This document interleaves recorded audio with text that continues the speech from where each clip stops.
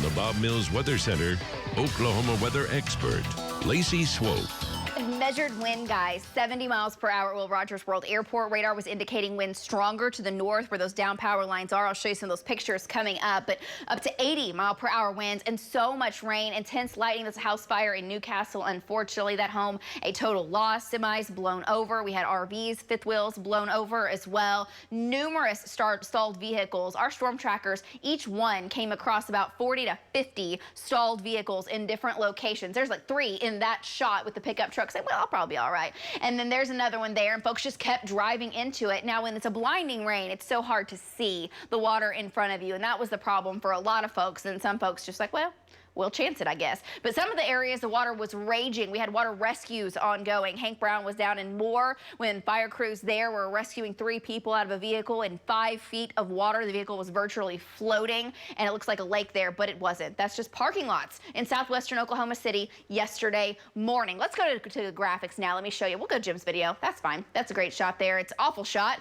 but look at all the farmland and then everything underwater. Norman had so much flooding, 4 to 6 to locally 8 inches of rain coming up into some of the businesses, some of the homes, unfortunately, some minor flood damage. But if it's to you, it's major flood damage as well, because some folks, it came up into their floorboards, and that's never good. You got to tear up all that flooring. If it's a hardwood floor, it's destroyed. Brought down power lines and some big transmission poles as well. That's what Storm Jones was talking about there in your 9 to know. Brandon Pinnell showing you the shots. Some of the big old power poles completely snapped off. And there's the map. This map was littered yesterday with counties from Texas Panhandle to central Oklahoma. Over 52,000 customers without power at the peak.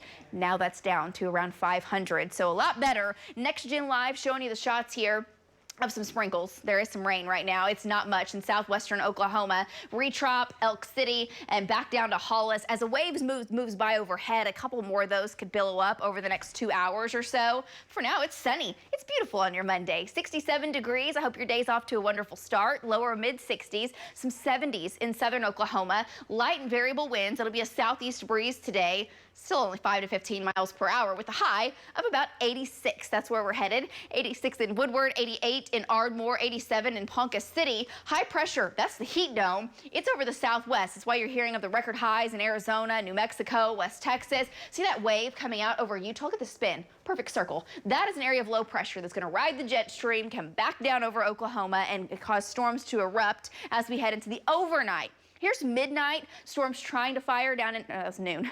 Hold on, back up. Here's 6, 7 o'clock, 10 o'clock tonight.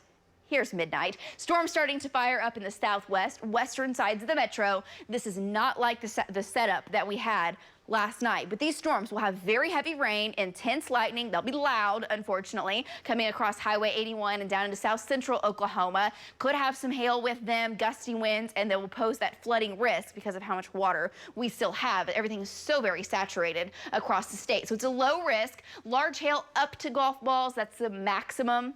Rain chances are 40 to 60%. Now it's an 80% chance in south central Oklahoma. So how much additional rain? It'll be in pockets. So 1/10 of an inch, 1/4 of an inch, or if you get one of these storms right overhead or a couple of them, you may end up with a 1/2 of an inch up to 1.5 inches, but not the 3, 4, or 5 inch totals. We're not seeing that. So it's a low risk for flooding. It's slightly higher down in the south metro. Trackers will be geared up, ready to go. Not expecting the large destructive hail to be widespread, but there's a chance we could get some golf ball size hailstones, and if there's some wind within those storms, of course, that could blow out some windows. So we're watching for that. Again, it's not the setup that we just had. As far as wind, generally 45 to 50-mile-an-hour winds, and may have some gusts slightly higher down to the south. Your 9-day forecast: 70 tonight, 92 tomorrow, 96 on Wednesday, 96 Thursday. That does not factor in the heat index. Heat index could be as hot as 105. Rain chances creep back in. It's still active into your weekend. Back to you guys.